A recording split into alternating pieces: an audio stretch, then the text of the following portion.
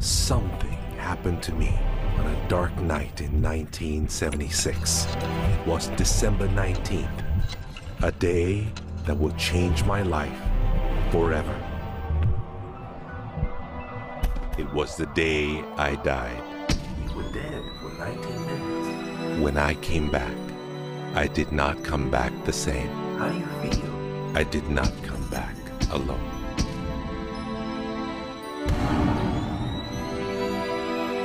What seemed like days passed in 19 minutes. And over the course of the next few years, I began to remember the greatest mysteries revealed to me. Anything is possible.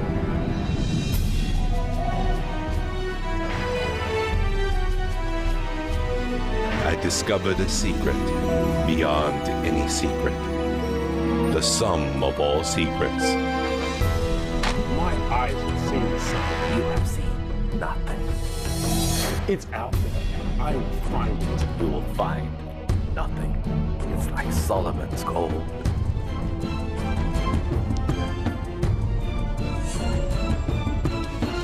It was the key to Solomon's wisdom. The secrets of the Knights Templar and of the Freemasons. He must be stopped. Courage, my dear boy. Be strong, be brave.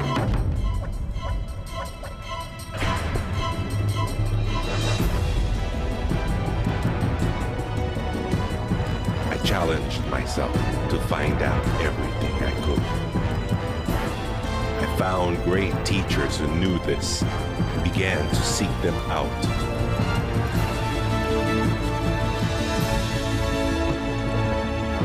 اسأل أؤمن وأسمع.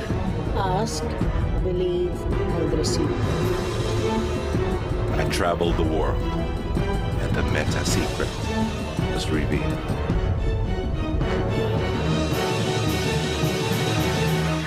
Time has come. I became a messenger to deliver all that was made known to me.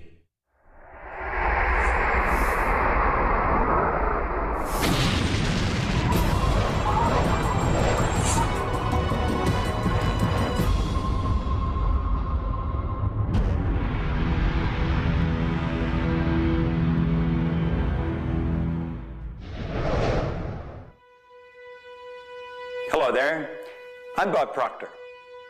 Meta is a nice word. It's a word most people don't understand. We talk about metaphysical, we'll say, oh, that's bad stuff. No, it's just what you can't see with these eyes. You got to see with an inner eye of understanding. Meta is beyond the physical. Do you know that 99% of our population has been programmed to let the outside world control the inside? If you want to get what you want, you let the inside world control the outside. That's what the meta secret's all about. The meta secret to wealth and abundance is doing what you love, following your passion, enjoying your life, being grateful for this moment, realizing that in fact, you already have wealth and abundance. You have wealth and abundance to the level that you allow it in your life. Expand your level of openness, deservingness, and you can have more wealth and abundance right now. How do you become more wealthy? you become more grateful. Studies here in the U.S. show that grateful people earn more money and are better at innovation. So the first step to becoming more wealthy is become more grateful. Find the good in your world right now, and you'll take a first step to become more wealthy. The meta secret to wealth is knowing exactly what you want and then being willing to pay the price to get it. Most people think that wealth just comes out of having this impression in your mind that you're going to live an abundant life. And that's an important piece of it, but it's incomplete. If you look at the word attraction in the law of attraction, the last 6 letters spell action, A-C-T-I-O-N. One of my favorite words is satisfaction. We all want to have satisfaction. And again, in Latin, satis means enough. Enough action, satisfaction, enough action produces the result. You know, I've been very, very successful with the Chicken Soup for the Soul books, and everyone thinks, oh man, you were lucky, you had this great idea. And we use the law of attraction. We visualize and we put up posters around our office that simulated bestseller lists with our name #1. We visualize bookstore windows full of Chicken Soup for the Soul books, all of which came true. But there's a asking and a believing and a receiving, the 3 steps that I think of in the law of attraction. And the second part of believing is taking action. Because if you believe that your action is going to pay off, you'll take the action. So believing doesn't just mean like sitting there going, I believe I can be wealthy. It means doing the things that produce wealth. The key to abundance is to act in spite of fear, act in spite of doubt, act in spite of worry, act in spite of inconvenience, act in spite of uncertainty, act in spite of anything. If we're talking about metaphysical, we're talking about beyond the physical.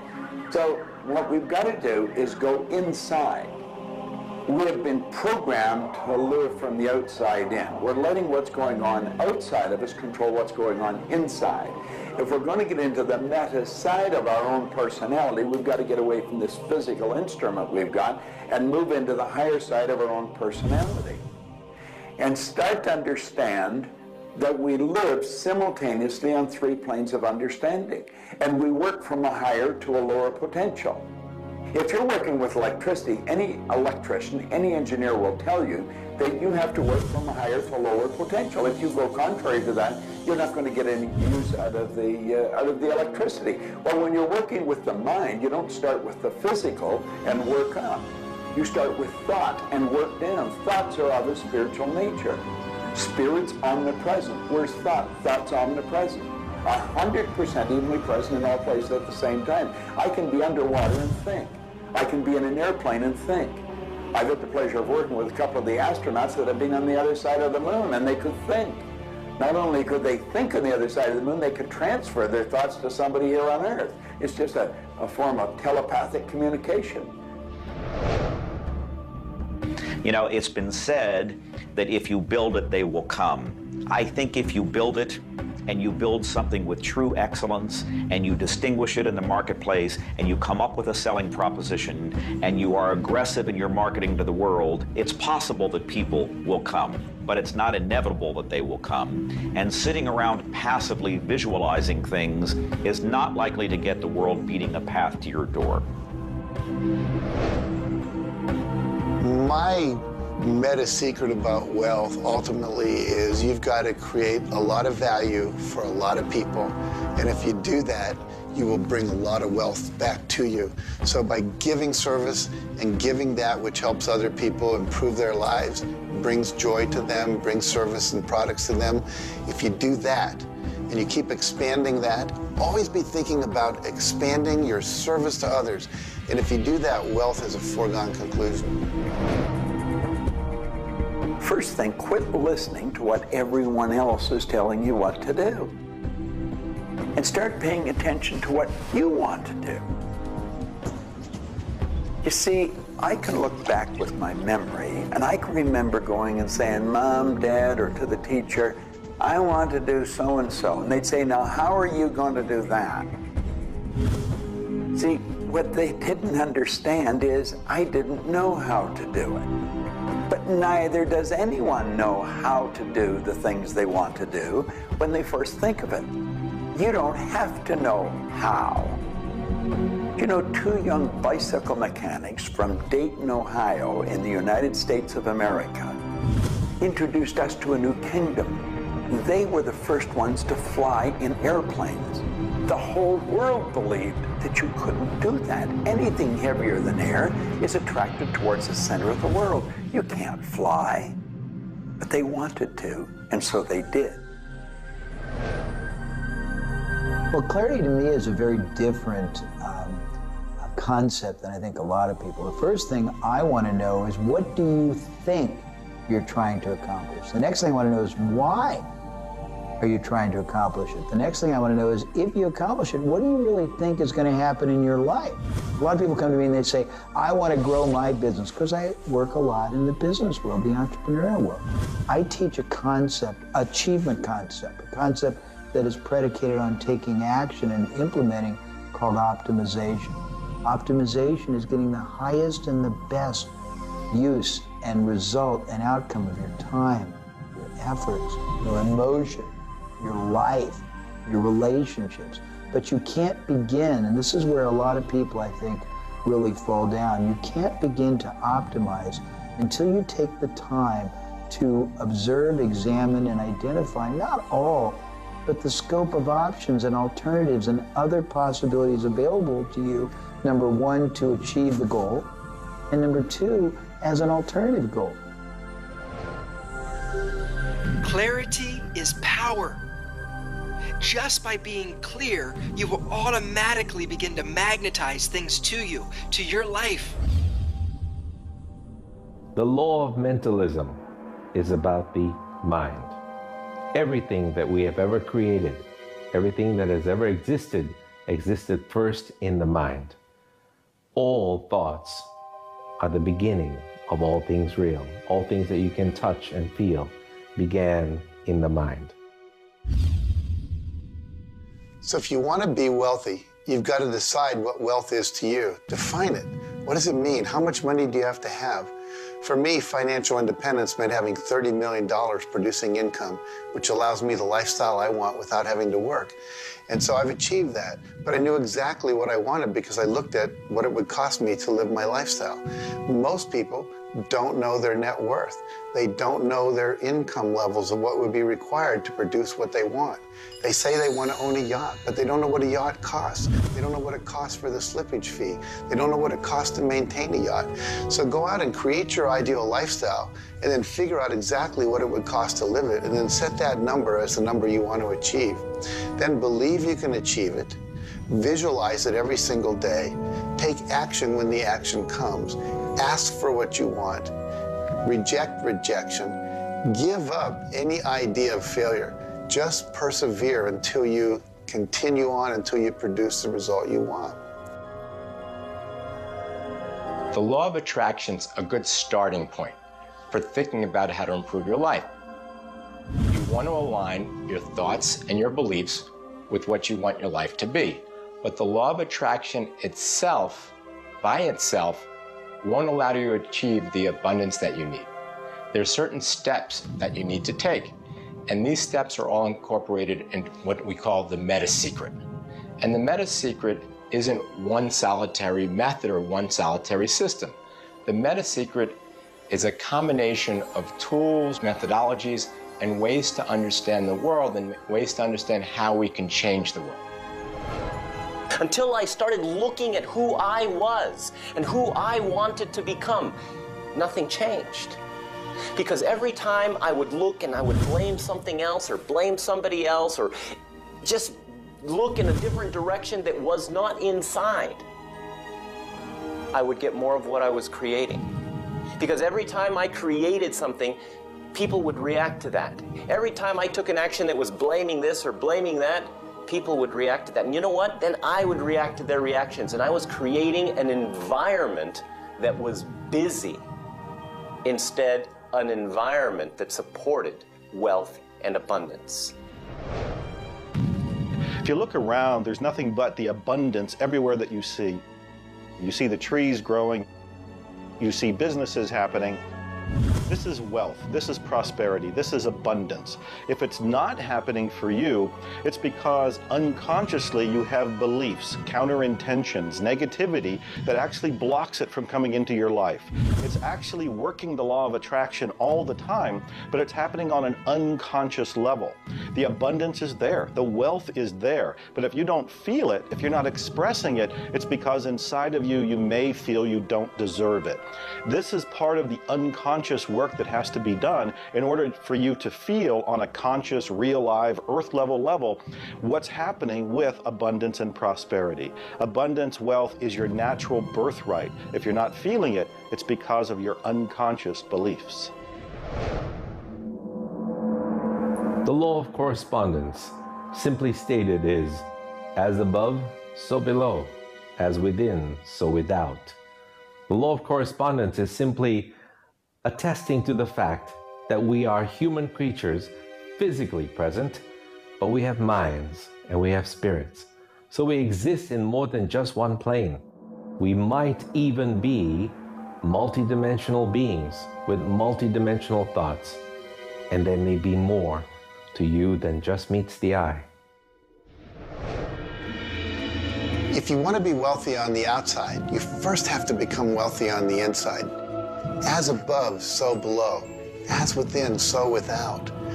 First, you have to become wealthy in your thoughts. Then you become wealthy in your outer expression of that. You have to have a wealthy attitude. You have to have a wealthy, abundant thought form about who you are and what's possible. And when you have that, it will start to manifest outside of you. If a person wants to take a quantum leap rather than incremental steps, they have to begin by understanding that they can do that. There's a marvelous little book. It's called U Square. Now think of what that means. If you square a number, you multiply the number by the number, don't you? Well, when you square, you multiply your potential by your potential. It's astronomical. I mean, you just go off the board. The man that wrote the book, Price Pritchett, he said, when you're looking at a quantum leap, he says it looks ridiculous, utterly.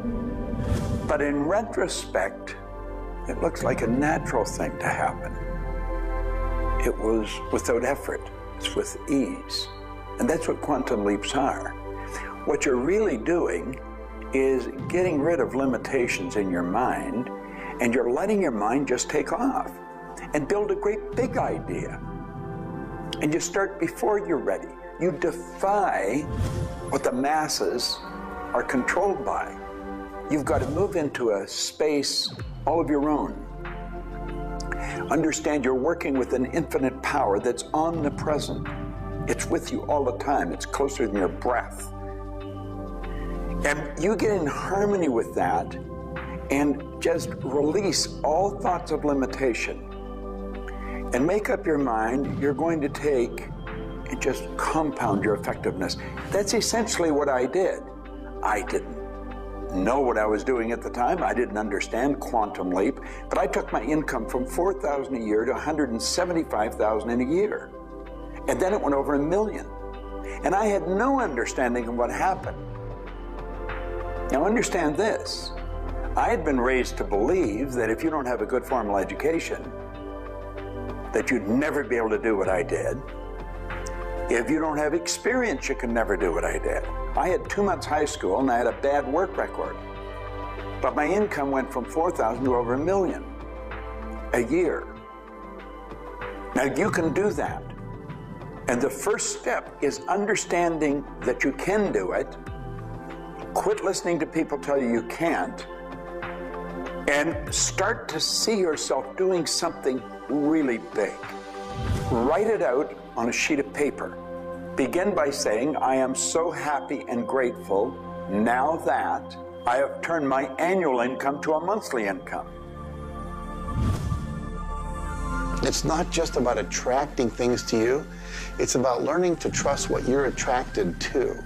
you are naturally going to be attracted to certain kinds of people, to certain movies over other movies, to places you want to vacation versus other places, to workshops you want to take or books you want to read versus other books. Trust what you're attracted to. It will take you where you need to go, and it may not always make sense to you. I remember going to a seminar, and there was a woman teaching about how to triple your income in a year. And at that time, I was probably more like a hippie than I am the entrepreneur that I am today. And my wife, who was against making money at the time, thought it was evil when you should be in total service and all this. She said, I can't believe you're going to that workshop where they're going to teach you about how to make all this money. I thought you were more spiritual than that. I said, honey, I don't know why I'm attracted to that workshop. I'm going to go there. So I sat down, the woman next to me, we started talking. It turns out she was a veterinarian. And it turns out that our cat had feline leukemia at the time. And I started talking to her about that. And she said, well, I'm the world's expert on feline leukemia. And I said, well, I've heard there's no cure for that. She said, no, there actually is a cure, and I can teach it to you. And so she called my veterinarian, told him what to do. My cat lived for many, many more years than the local vet thought it should. But see, I was trusting my attraction to go to that seminar, and it led me in a path that saved my cat's life, which was not where my conscious thinking was, but it was a very important goal to me to keep my cat alive. Those kind of things will start to happen. Most people are uncertain about something. They're uncertain about their next step. Here's your message. Do it. Do it. Whatever you're uncertain about, do it. Take the step. You will learn so much more. You'll get so much further faster by actually getting in the game than doing it, than thinking about it forever. One of my sayings is, one step in the right direction is worth 100 years of thinking about it. The law of correspondence, the law of mentalism, and the law of vibration all combine to help you understand that the notion of wealth is arbitrary. You're always wealthy in comparison to someone else. You choose a person to compare yourself with, or your wealth or your level of wealth with, and then you decide at that point to be happy with the situation or to be unhappy, and therefore change it. All of wealth is subjective. Understand this, and you understand that there's an ebb and a flow to your finances. The more comfortable you are with how you interact with the world, with the value you give in the world, with the service or the product that you give the world, then you begin to realize your place in the world. And by realizing this, you participate in the abundance that is all around you at every moment and at every time. It is all yours. From the beginning, it was yours. Until the end, it will always be yours.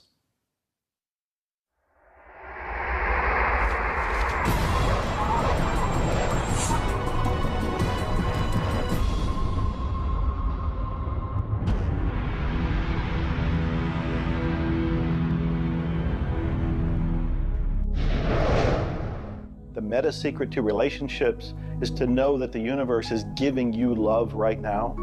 When you give love to the universe, when you give love to another, you will receive love in turn. Love is the essence and nature of relationship. Relationships are a two-way street. It's not just about taking and giving and receiving and getting what you want, but it's also about giving. I like to say that each person should take 100% responsibility for the quality of the relationship. Because if you take 50-50, whenever it's not working, it's going to be their 50%. So if you take 100% and act as if everything in the relationship, you're creating it, and when it isn't exactly what you want it to be, say, how am I creating that? Take that curiosity and use it as a tool. And when you get the answer like, oh, I'm not coming home on time, I'm not listening, I'm not doing this, then you have the opportunity to shift and do the thing that produces relationship. A friend of mine wrote a book called Making Relationships Work. And the idea is there is work in making the relationship work. So be willing to do the work. Give as much as you get. The more you give, the more will come back. To have a better relationship with anyone in your life, first, you begin by having a relationship with yourself. Treat yourself the way you would your very dearest friend. Love yourself regardless of all the crazy shenanigans you pull. Believe me, I do this every day. So if you want a better relationship with someone else, love yourself. Relationships are part of what the universe is giving you as a gift. The first and most important relationship is the one with yourself. When you love yourself, you heal yourself. When you love yourself, you become a magnet that people want to hang around, and you begin to attract other people and new relationships. It's all based on love. It's all based on non-judgment. It's all based on total acceptance. The universe has a relationship with you right now, and the universe wants to give you more. Are you ready to accept it? The concept that I can't live without you is a tragic statement to me. The idea that I need somebody else to complete my life, I need somebody else or my life's not worthwhile is a very sad statement, and I think someone needs to take a good look at themselves when they say that. When you start to think that thought, stop for a second. Realize life is full of stuff, and sometimes stuff is potholes, and sometimes stuff is bridges are out ahead, and sometimes there's a detour in life. I heard somebody once say that sometimes the most beautiful scenes in life are the ones we observe on a detour. Have you ever gone on a detour and realized that your life wouldn't have been the same if you hadn't taken that twist or that turn in your life? Next time stuff happens, take a look. Maybe there's something better right around the corner. The law of cause and effect tells us that there's no such thing as coincidences. Everything that happens in this world happens because of a reason. Someone, somewhere, created a cause. It may not be something you are aware of. It may not be something we can even begin to realize or see at this level.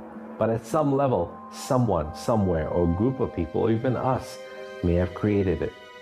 And so as a result, we see the effect. We see the effect around us. We see the effect everywhere on this planet. Everyone asks me, Jay, how in the world can I have a better, a happier, a richer, a more joyous relationship? And it's very simple. First thing is you got to slow down enough to be externally focused. It's all about them. The more interested and externally focused you are on the other person, the more extraordinary their experience will be, and the more naturally they'll reciprocate it. The second, and you're watching me, and I've got a serious side, and you know that, but you got to get in touch with your childlike sense of curiosity, of innocence. The third is you got to be in the here and now, and that's so trite and said so often, but being in the here and now means connecting deeply and being aware of what people are saying and looking at them and being responsive to their feedback and their mannerisms. And the last thing, and the easy thing, is to, again, as I said earlier, enjoy the process. We are so busy, so stressed in our life, trying to get from one thing to another, trying to multitask, that the greatest way to have wonderful relationships is to commit. Commit, not just the time, but your being, to being there, to connecting. For me, the meta secret to relationships is to be the person you're looking for. Whatever it is you're out there looking for, be that and give it away. If you're looking for someone who's loving and kind and compassionate and generous, you need to be loving, kind, and compassionate and generous. Whatever it is you want, you've got to be that and express that out into the universe. And whatever you express out is going to come back multiplied. The meta secret of relationships is for you to develop an identity that brings out the best in your partner and helping your partner to be the best that they can in order to bring out the best of who you are. Criticism seems to be a big problem. If you are really secure in yourself and somebody criticizes you, it isn't going to bother you. Now, if you're insecure and somebody criticizes you, it's really going to bother you.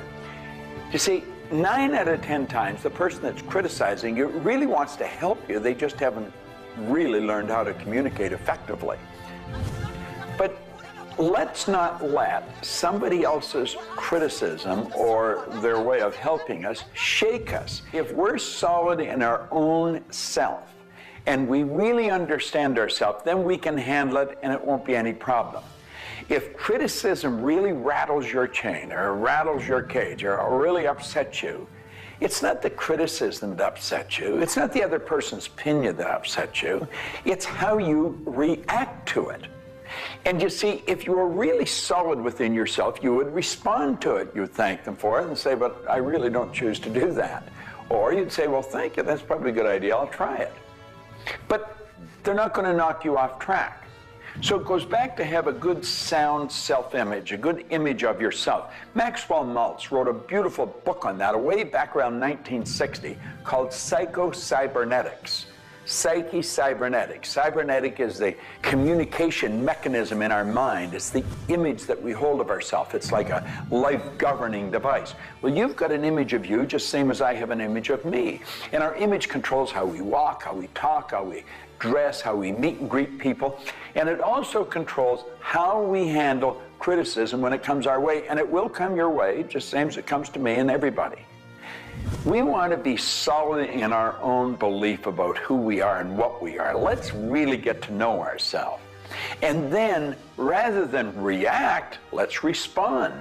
It doesn't matter how they approach, whether they're diplomatic and trying to help us or whether they're trying to find fault. It won't really make any difference.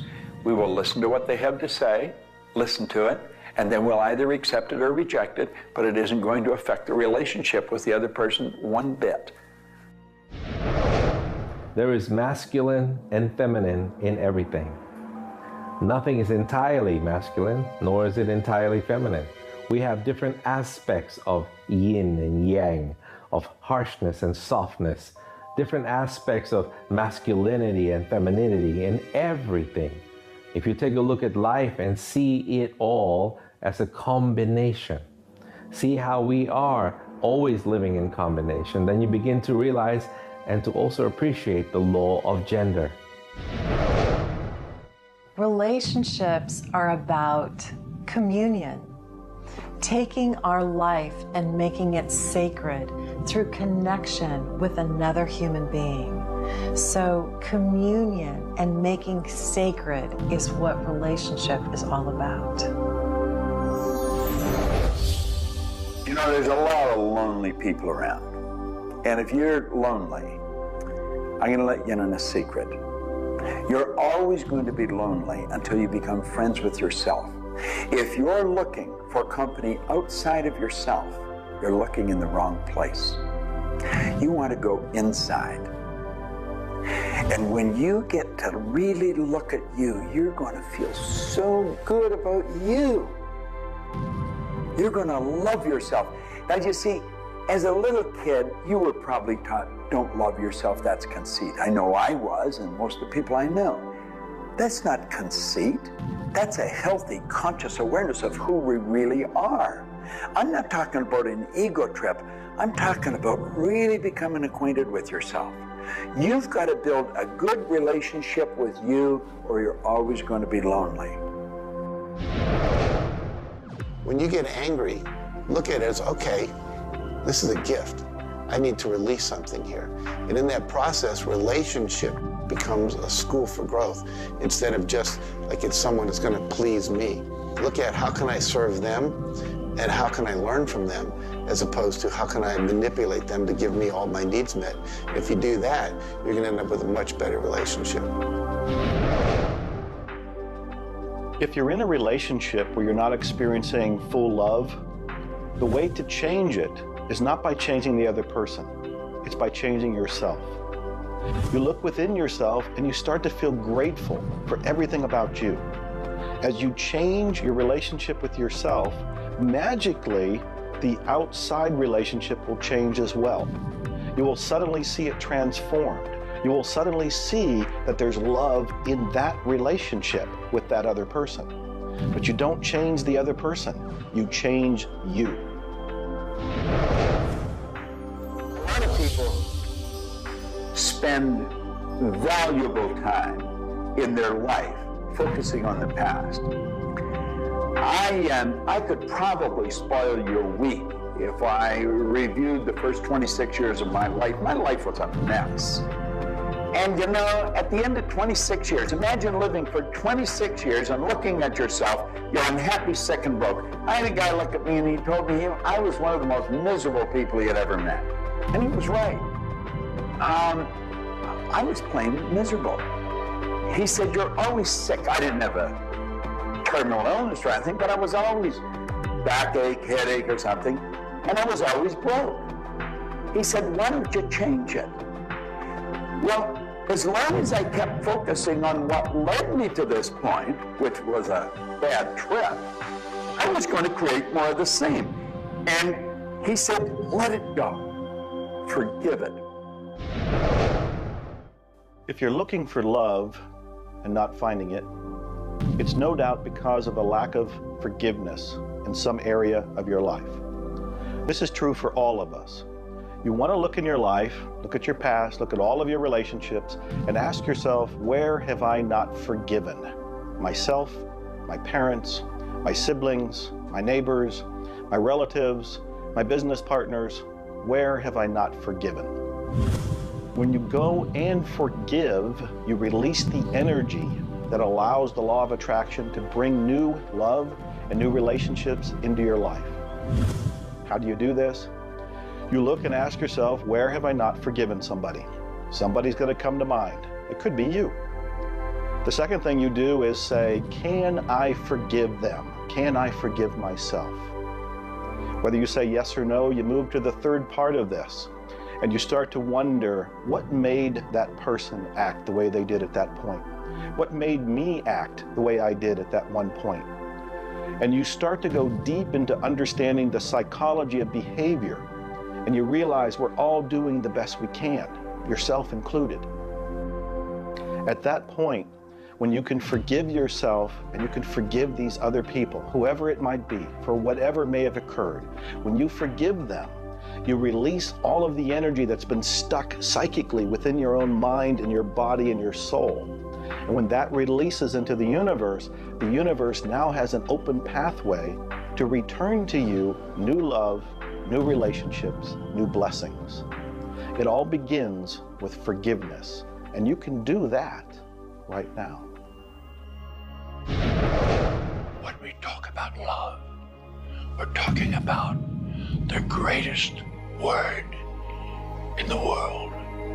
Leadership is a great word, but no word compares with love, because without love, you're dead. There's life in love. There's forgiveness in love.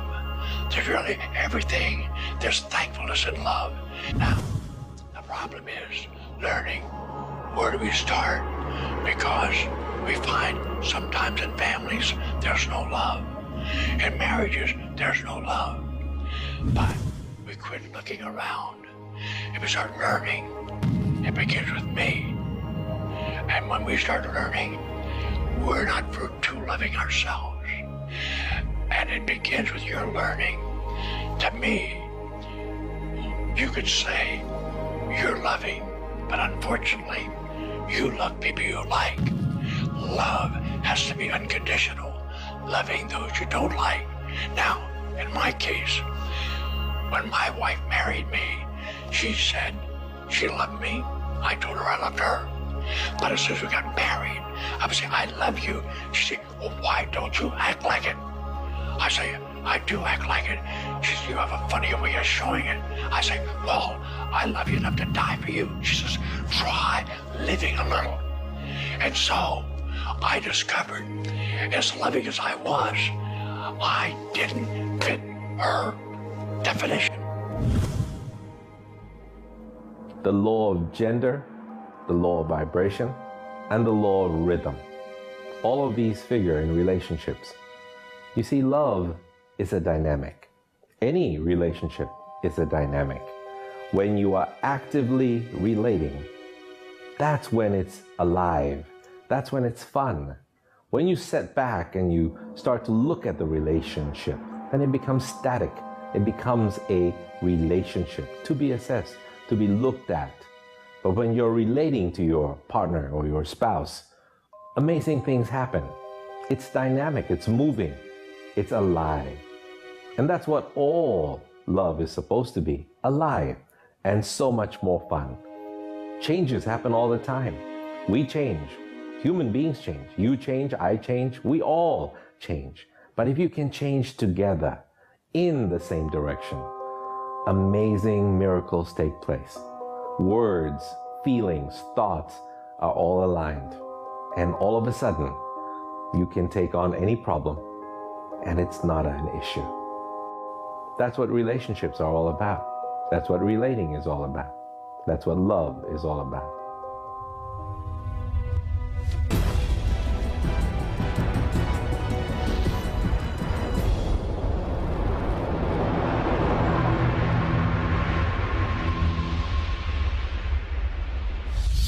初めに言葉劇すなわち、クリエイターなるものはやはり言葉振動を用いて全てを設計されたんではないかと思うんですね。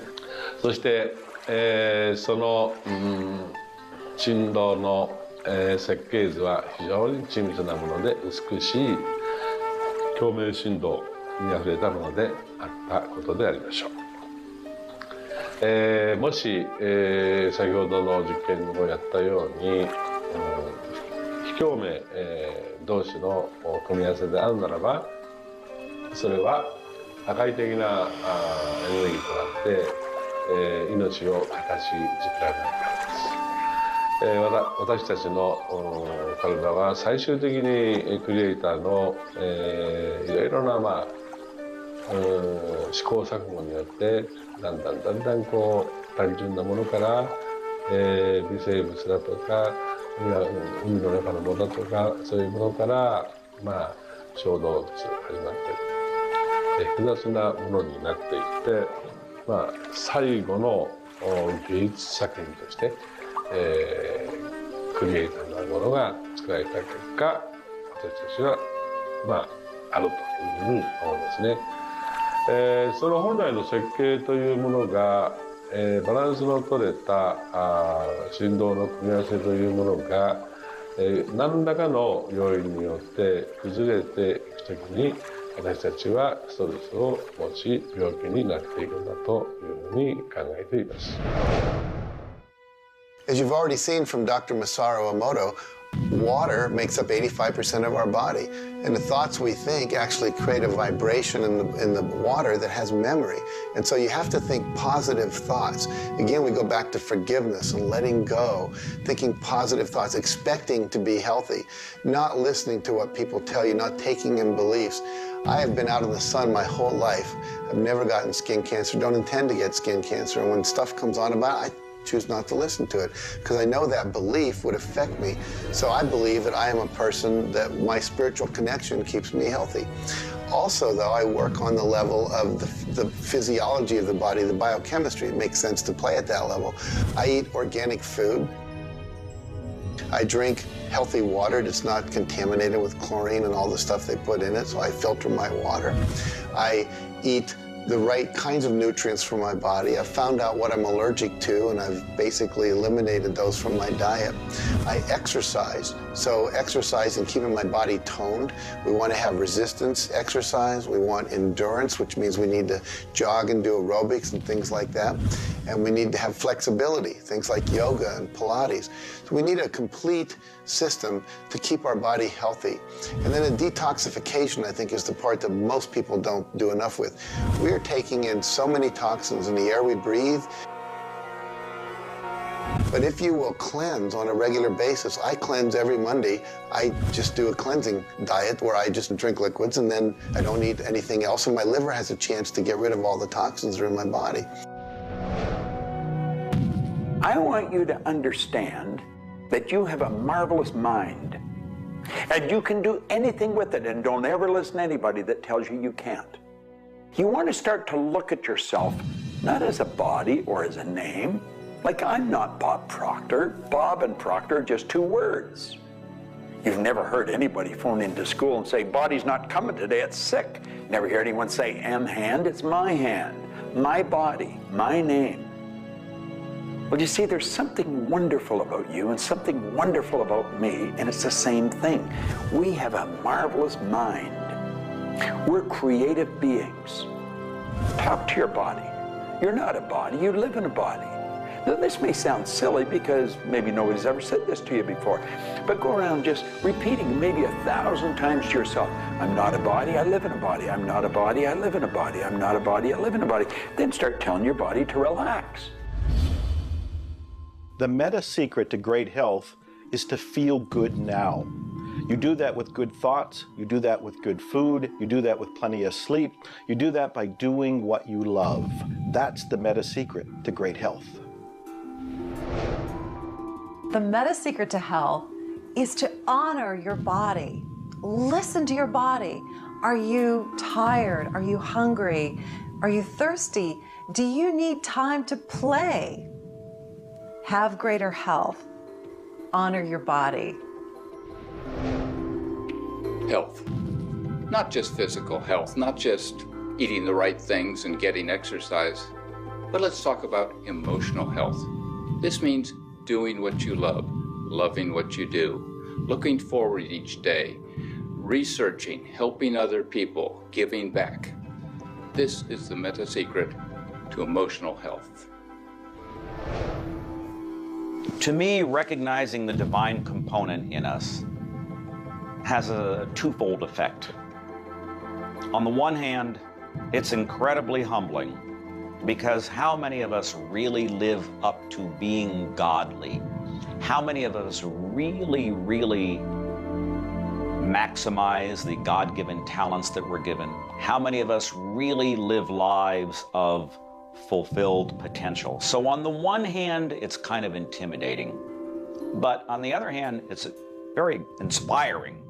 It's inspiring to think, I, as a human being, am capable of being godly. I'm not God, I'm not going to confuse myself with God, but I am capable of being godly. I am capable of a goodness which can resound around the world. I am capable, like God, of using language to bring things into existence. An architectural drawing is the languaging of a building into existence. A marriage contract is the languaging of a relationship into existence. Any sort of contract does that. A novel creates a world that may be more real to us than the so-called real world that we are living in. And being godly is both an obligation, which frankly I feel I fall vastly short of, but also an incredibly inspiring opportunity. And the ancient traditions, not only the one that I come from, but really all of them, teach us this. The law of rhythm is the very fabric of life itself. Rhythm is everywhere. Things are born and things die. We move into a season and we move out of a season. We go within and we go without. We change. Rhythms flow in our emotions as well. You cannot always be feeling happy. Sometimes you'll feel sad, you'll feel down, and then you'll come out of it. Whatever goes up must come down. You've heard the language. Rhythm is exactly that.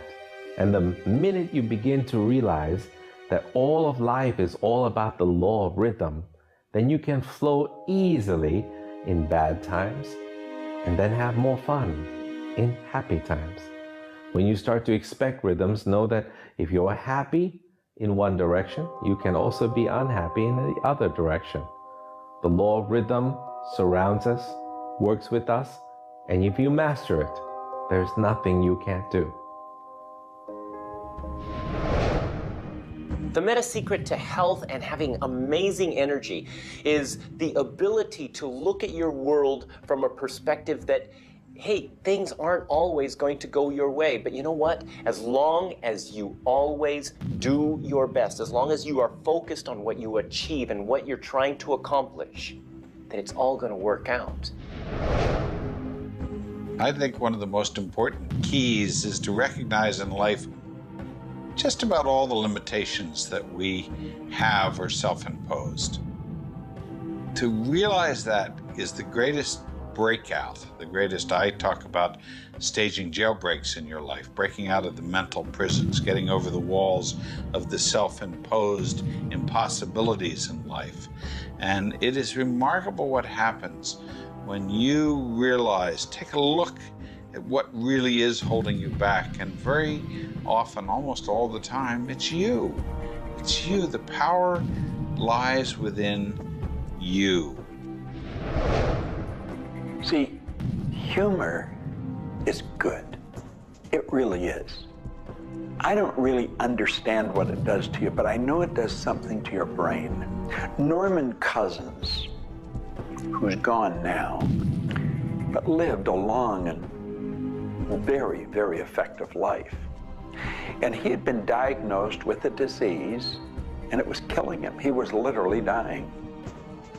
And one day he got thinking to himself, if sadness and sickness are hooked together, then happiness and health must be hooked together. And so he had people bring in old movie films of Laurel and Hardy and all kinds of different old actors, funny stories. And he started to play them. They made him move out of the hospital. So he rented a suite of rooms in a hotel. And he had these movies playing all the time. And he was laughing, a real belly laugh. And he got better. Now, I think you know when you're laughing, you're feeling good. Start to laugh at yourself. When you make a mistake, laugh at yourself. Don't get serious with yourself. It plays a very, very important role in a healthy, relaxed life. If you want to study it further, get into some of Norman Cousins' material, and he'll explain exactly what it does to the brain that controls the vibration of the body. Start laughing a little more. Have fun. The mind can't be all it is designed to be without the body being everything it was designed to be. But we basically thwart both. Or you can have a great relationship. You can have a great financial situation. You can have a great family relationship. And the big problem in our society, certainly in Western society, people don't exercise, 92% of people don't exercise, they don't eat nutritious things, they don't complement against, to compensate. It's very simple.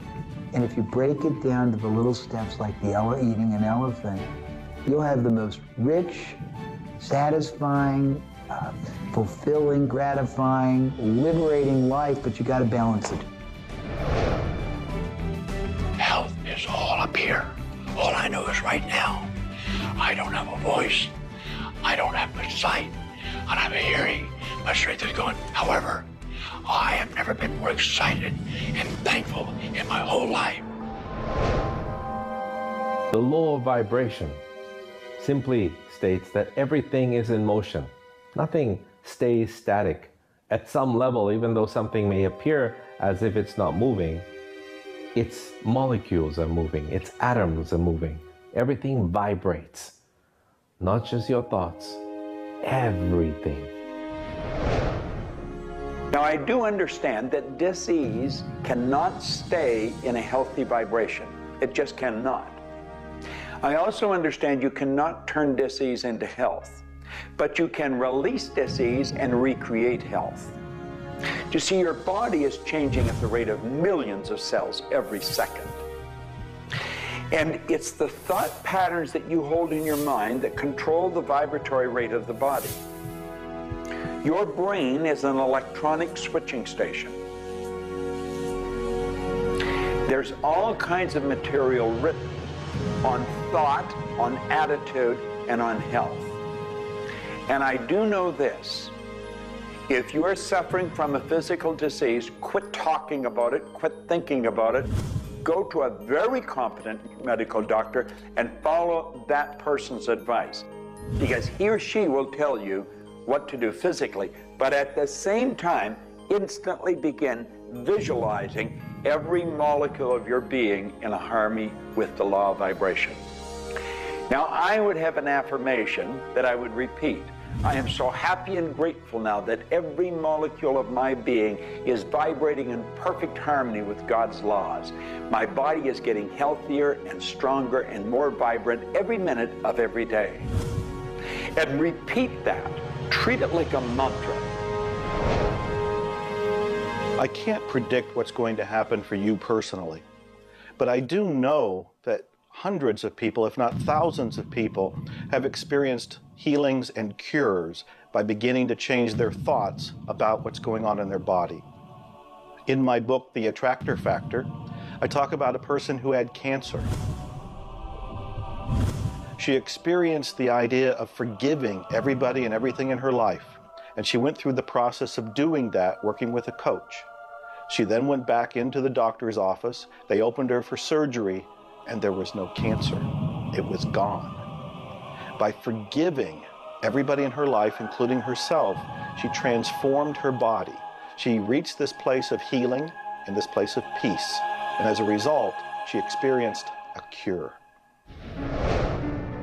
If you're finding yourself sitting here watching this and you're ill, you've got a chronic condition, you're sick, what you need to do is a couple of things. Number one, you need to first work on your attitude. You need to believe you can get healthy. You need to not believe anyone who tells you you're going to die, or it's terminal, or it's going to take a long time.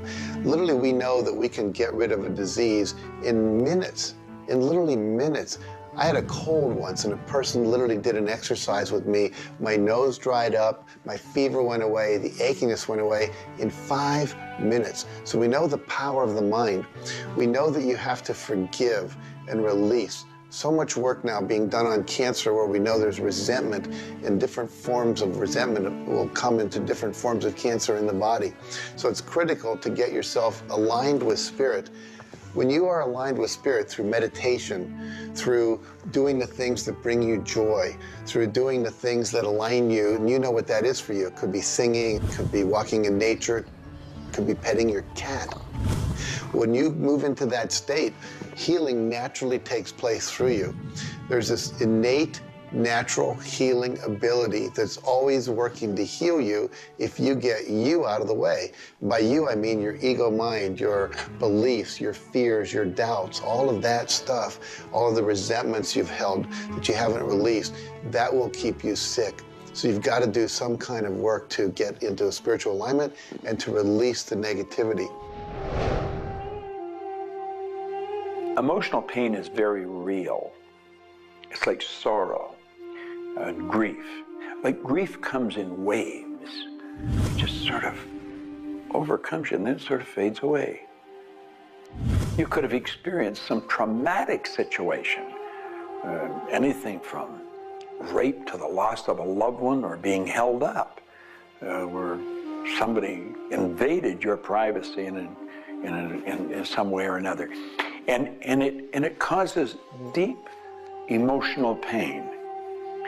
What we want to realize is that we are bringing that on ourselves. You say, well, wait a minute, you're not bringing it on yourself. No, but you're reliving the situation. We've got to separate ourselves from the incident, from the situation. We've got to realize that it's a very real part of life and attempt to separate ourselves from it and deal with it as best we can and then let it go. Otherwise, we're going to carry it with us and we're going to keep experiencing it over and over and over again. どうやってわかるか。振動という、まずそもそもその水の結晶とは何かということになりますけどね。結晶というのはやはり情報だと思います。で、情報というのはバイブレーションですね。で、バイブレーションのデザイン家が雪の結晶あるいは水の氷結結晶という形になって現れてきていると思いますが、やはり我々がなんで、美しいとか醜いだとかそういうような認識能力があるのか、あるいはそれだけには全人類本当に、一緒の価値観を僕は持っていると思いますが、それはもうやはりクリエイターがそのように設計されて、いるからだと思うんですね。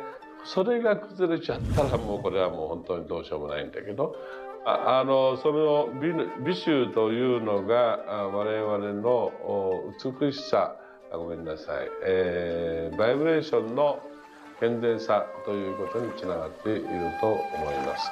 水は神が自分の意識あるいは意図をまんべんなくこの宇宙に伝えるためのキャリアとして作られたものだと思いますね。ですから水が別の言葉で言うならば神の一種のメッセンジャーということになると思いますね。それの形が大げさで言えば結晶という形で表されていると。で神にとってふさわしくないなと思うような現象については水はやはり結晶的にノー、良いものはイエスという判断を示すというふうになっていると思うので、それがなぜできるのかということになってくると、これはまた僕にとっては来世の研究課題かもしれません。Stress is caused, in my opinion, when we take our power and give it to the problem. We want to maintain the power. I'm in control of me. The power is going to stay with me. I am not going to let the condition, the circumstance, or the challenge that I may be facing control me. You can make a decision right now that you are going to maintain your power and you're going to let everything outside stay outside, and you know that when you're in a totally relaxed state, the solution to problems come. Quit getting involved in these sophisticated stress management deals. Release the stress. Let it go. You're in charge of your body. Just say peace, be still. Visualize a beautiful lavender energy flowing right into the crown of your head and circulating right through your body. And then start to imagine every molecule of your body vibrating in perfect harmony with God's laws. You're totally relaxed. You're in charge of yourself. There is no stress where there's relaxation. Be calm, peace, be still. Don't even use that word anymore. Get rid of it. Release it. The laws of cause and effect, of rhythm and polarity, come into play when we talk about your health. Your body is an amazing symphony. Amazing miracles taking place on every part of your body. And what holds it together are fields of force that we cannot even begin to understand. Every day, your cells are renewing until you have new organs generated all the time. And your body and your cells are repairing themselves even as they remove toxins from your body. I can't help to wonder sometimes if you gave that entire symphony a wonderful environment filled with fields of happiness and radiant joy and vitality, how that growing, renewing process might work a little bit better, sort of like happy children in a playground.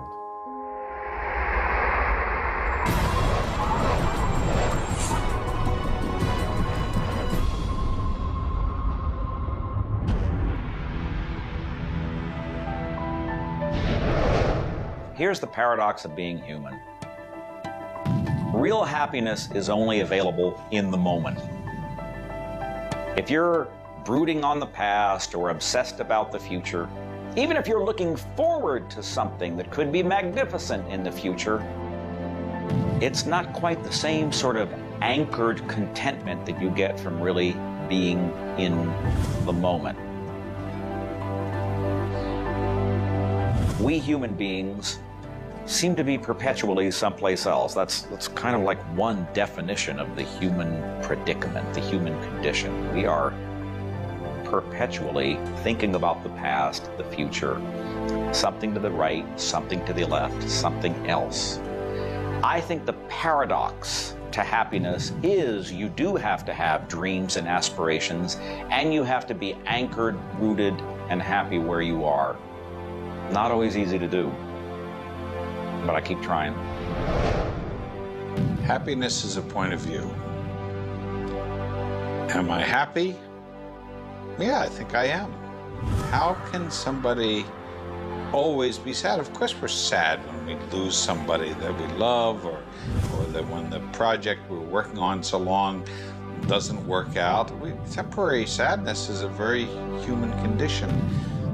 How can you be happy? Maybe by finding things to do that make you happy. You see, if you're miserable, your mind is focused on the past. There's a method concept.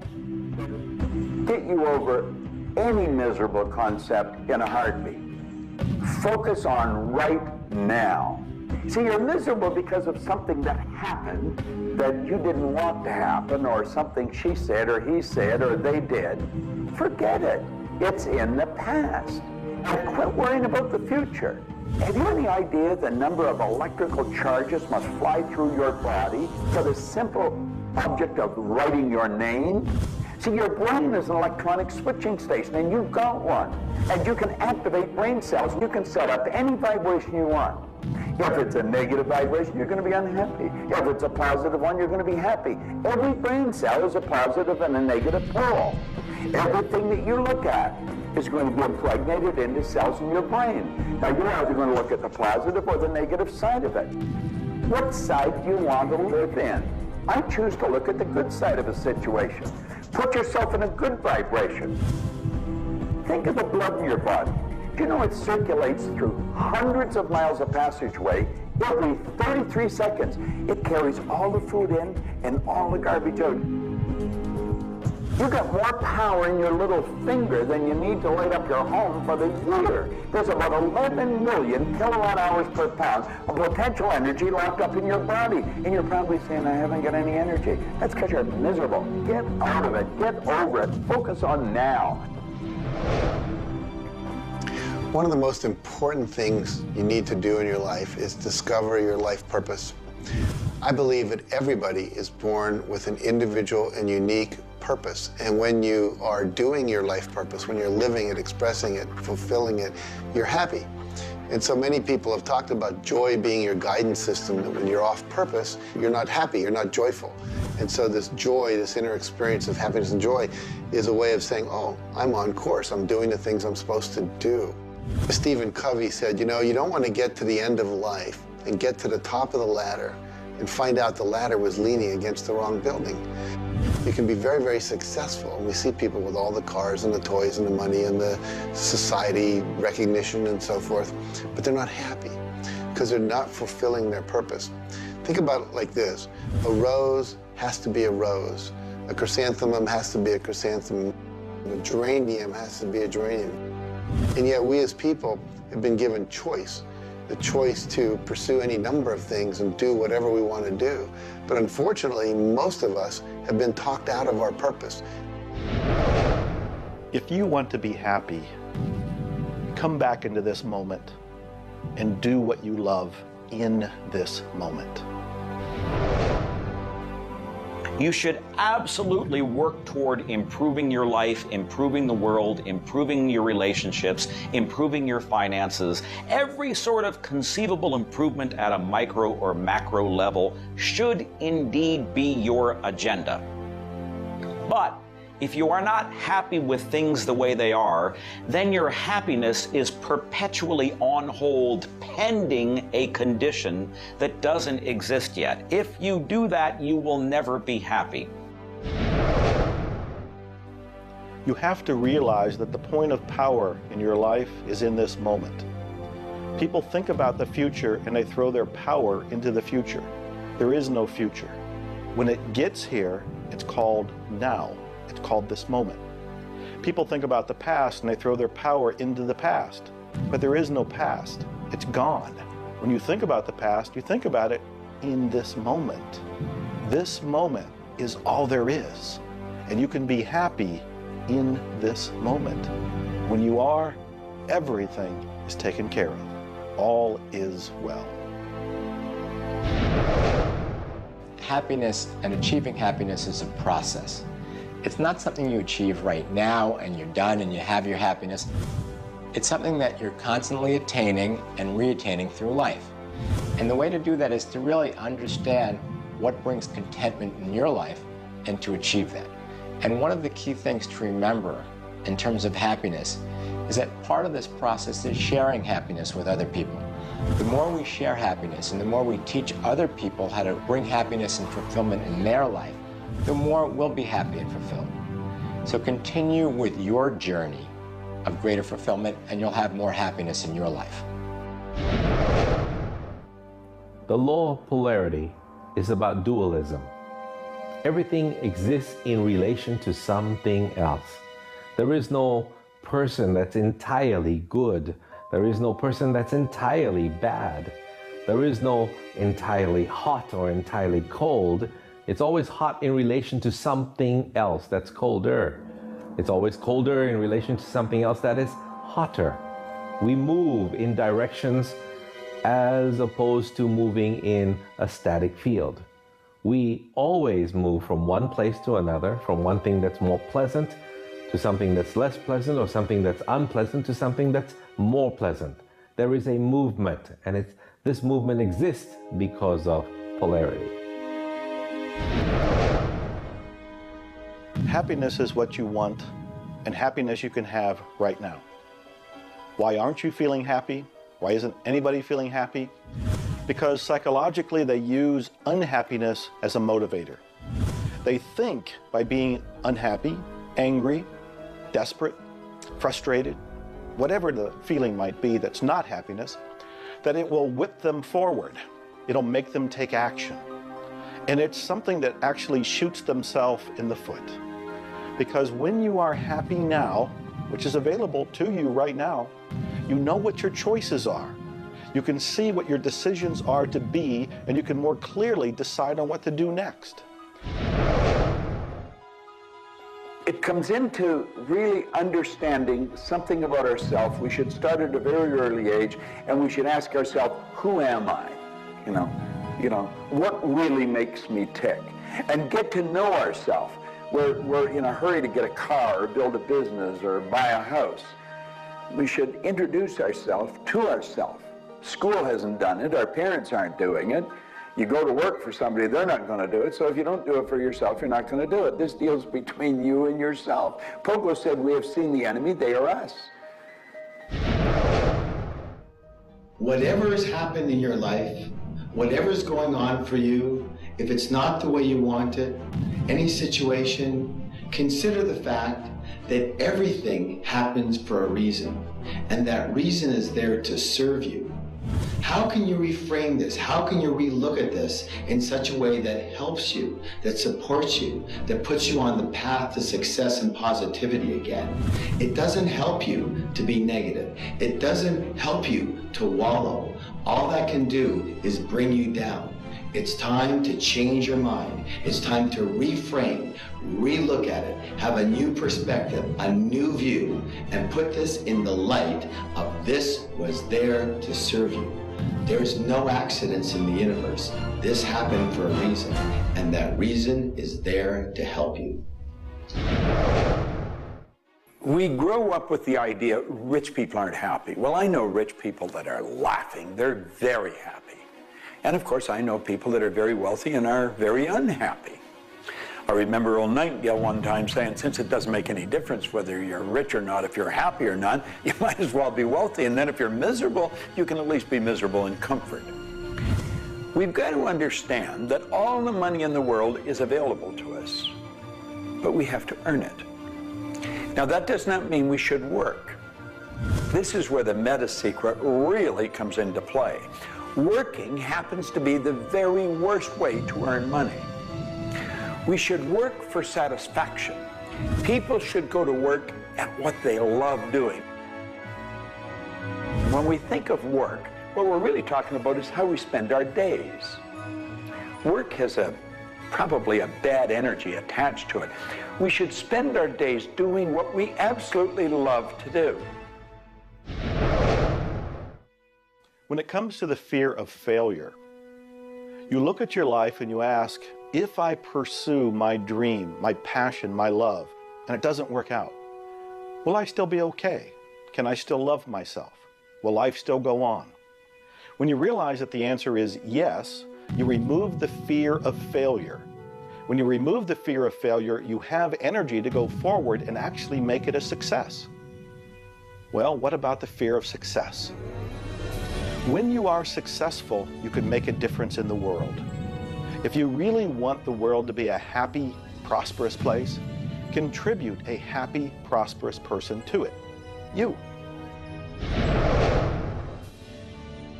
The meta secret to happiness is that there is perfection in imperfection.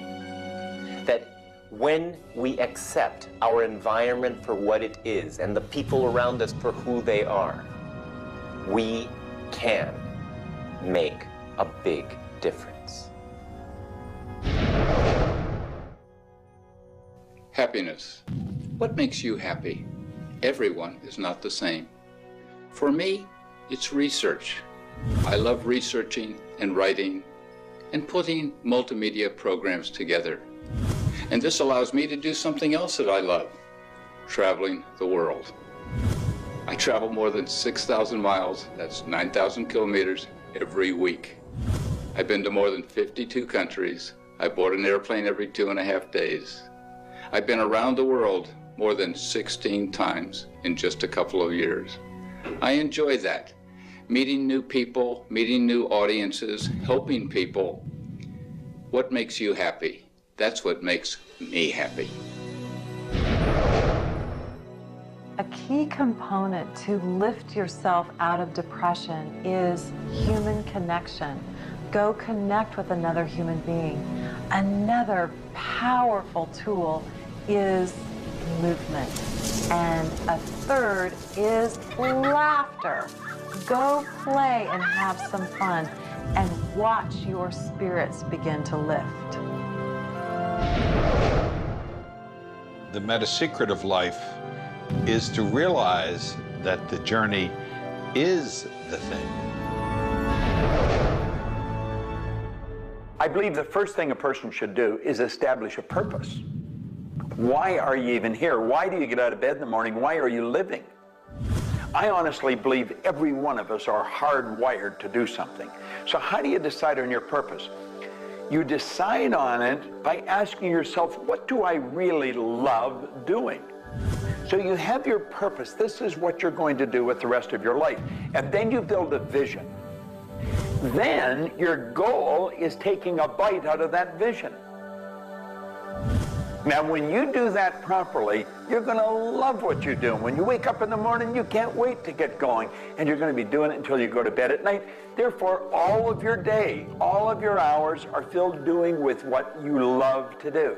That's called living. Everything else is dying. See, there's a basic law of life. It says create or disintegrate. You're growing or dying. Find out what you love, dedicate your life to it. Most of us, when we approach happiness, are looking for someone out there to make us happy, some event to occur, and then we'll be happy. If I get to the retirement stage, if I get my car, if my wife is nice to me, if my son comes home on time, then I'll be happy. The truth is, happiness is an inside job. It's a choice. When I have an expectation on how someone else should be, I've given my power over to them. What I want to do is simply learn how to create joy and happiness inside myself. And we can do that in numerous ways, by doing the things we love, by focusing on the good qualities in ourselves, by choosing to focus on the good qualities in others instead of being judgmental. Once we realize that happiness is an inside job, and I get to be as happy as I choose to be, not as happy as other people make me, the reality is I can move into a state of pretty much constant joy and bliss. Stuff happens. Life happens. And then You get to choose. Look, you have a mission to do.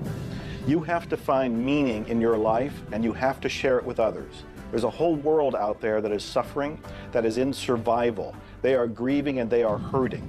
You and I can make a difference. You begin right now by looking at your life, no matter what's going on in your life right now, and you find the good in it, the positive in it, the growth-oriented reasons for whatever it happens to be.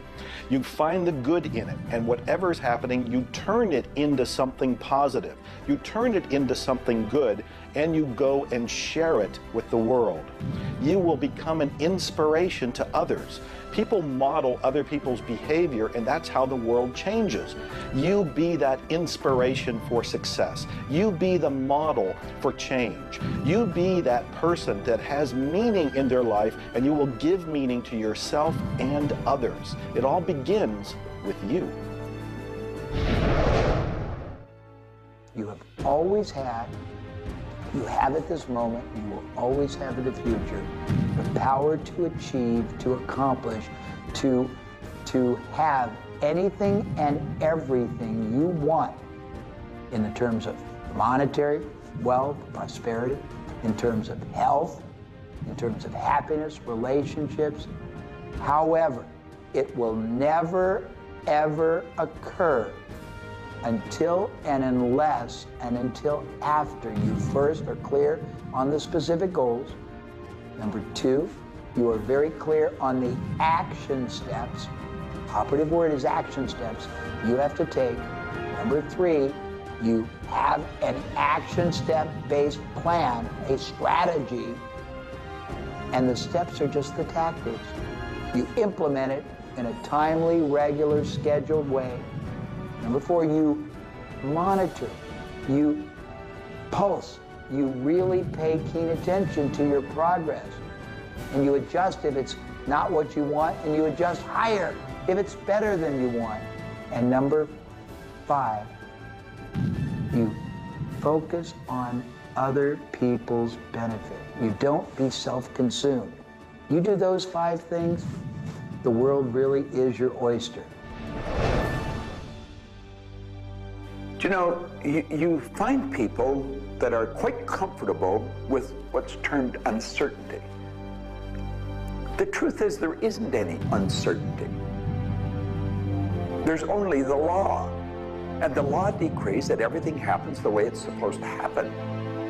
If we build the image in our mind of what we want, and we're true to that image, that'll control the vibration we're in, that controls what we do, and it controls what we attract. Now, the problem is, we let that image get out of the way every now and then, and we're controlled by something outside.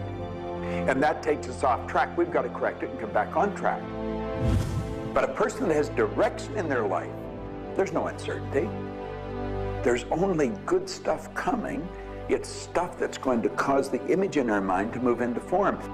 And so we wake up every day wondering what part of it's going to show up today and where's it coming from and who's going to deliver it.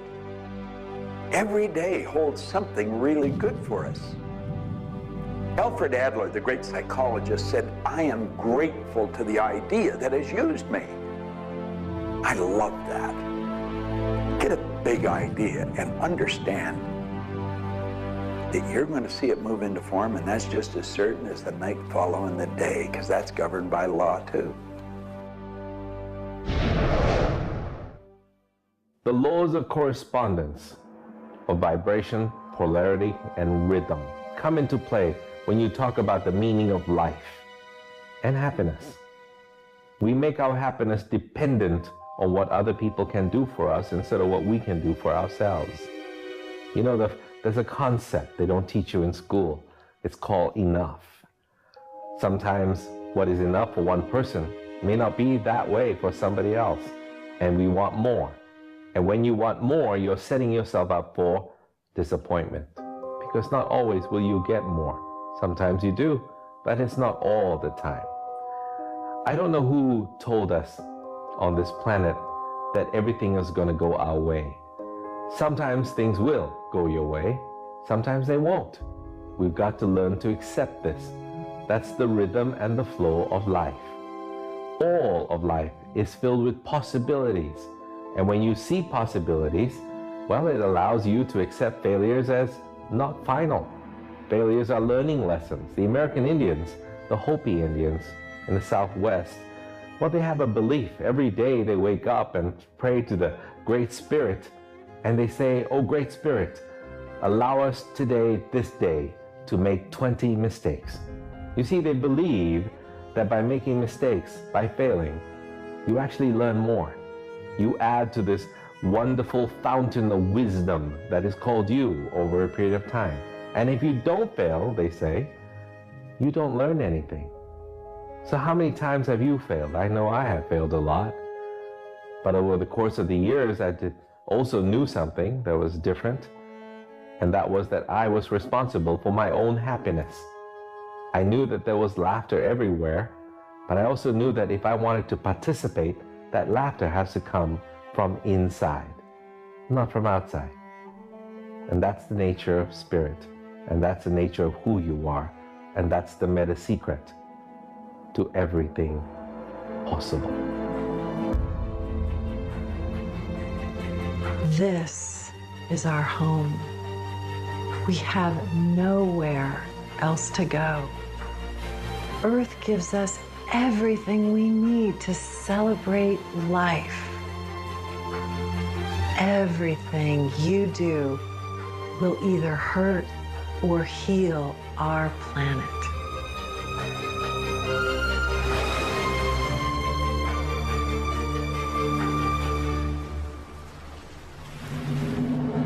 You were brought here to learn many lessons.